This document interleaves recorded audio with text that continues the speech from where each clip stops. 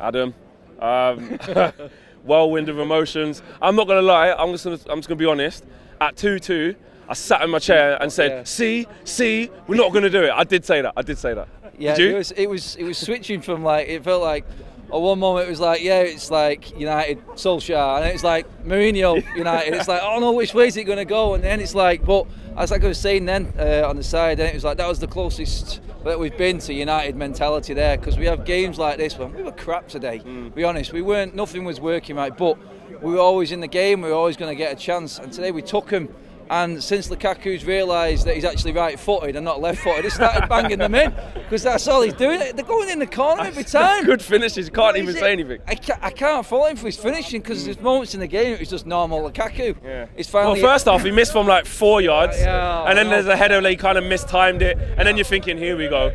But it was good mentality to do that. Yeah, I mean, you got to give him his credit. You got to give him credit for carrying on and go and staying with it, because he's won us the game today again. He did it at Palace with his goals. He's done it here again today, and I can't fault him for that. Forget about the rest for now, because if he is going to have a bad game as a striker for United, you've got to do the important thing and score the goals. And if he keeps doing that, then fair enough. You can't really fault him.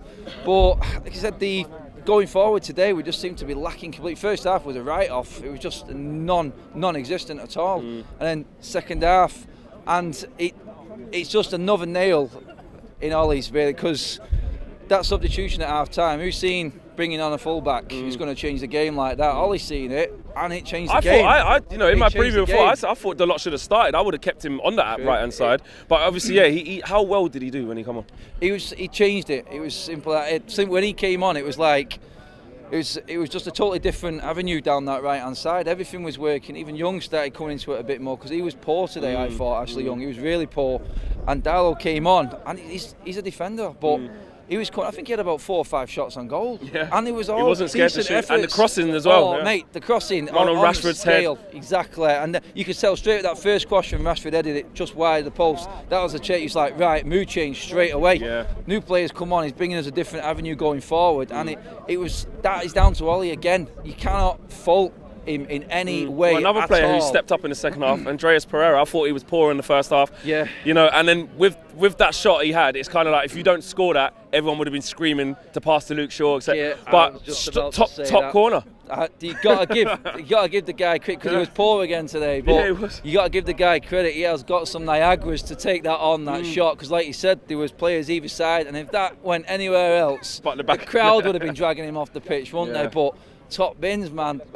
That's the confidence that Ollie's installed in these players. For him to actually be playing as poor as he is, but still take that shot on, that's the United mentality. It's the never say die. Even when you're playing crap, which we were still going forward. We're still taking chances. It's the risk factor, and that was there today. Because, like I said, there was a 6 out of 10 for nearly every single player there today.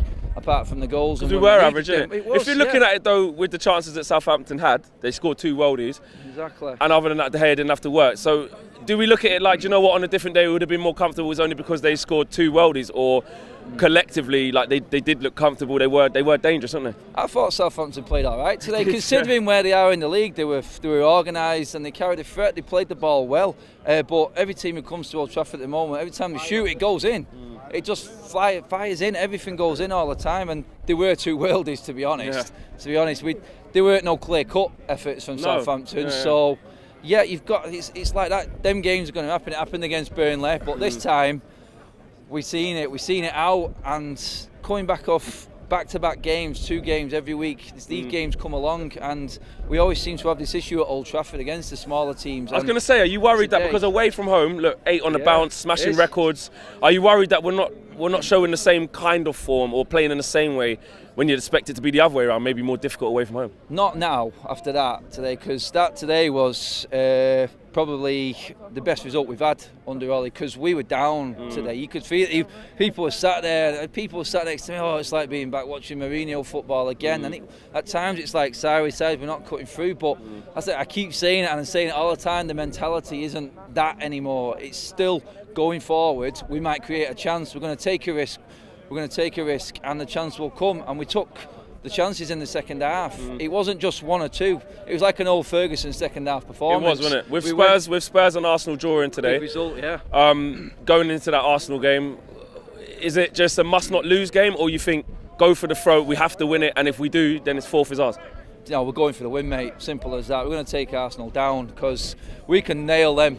Now we can. I mean, they're going to that game against Rennes in the week on Thursday, thinking, what are we doing here? Are we going to go and put a team out here and try and make sure we're actually still in the Europa League? Because there's a chance that we're not going to make this top four.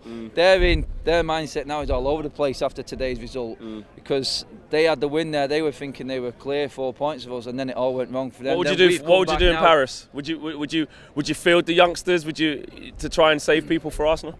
Yeah, I mean, Europe. I think we've just got to push Europe aside, to be honest. Now, I mean, it sort of feels like it's getting in the way of everything. It really does, because we're thinking we're going to get beat, because obviously we're too far behind now, and without Pogba in that midfield, and the way our midfield's already depleted, it's a thankless task. I think it's any team in our situation playing Paris away are going to.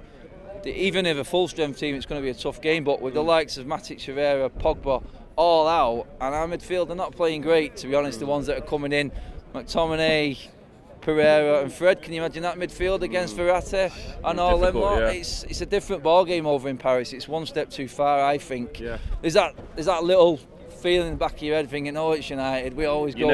You never know. Get a goal in the first 20, people keep saying. But like I said, if you'd have told me after that Liverpool game that we were fighting for third right now and playing the way we are, it's unbelievable. I mean, what's that? It's the 10 league games, 8 wins. Is that now something like that? I've actually lost count. I'm not going to lie. A lot of games, but I just know we've only dropped 4 points. Goal difference plus 20. We was on 0 when he took over, and to be honest, we've taken scalps in this run as well, mate. These small games come around. These are the important games to back up the big ones. And today we did it the hard way, but that's the United way. You know what I mean? To finish off, who's your man of the match? Oh, man of the match today.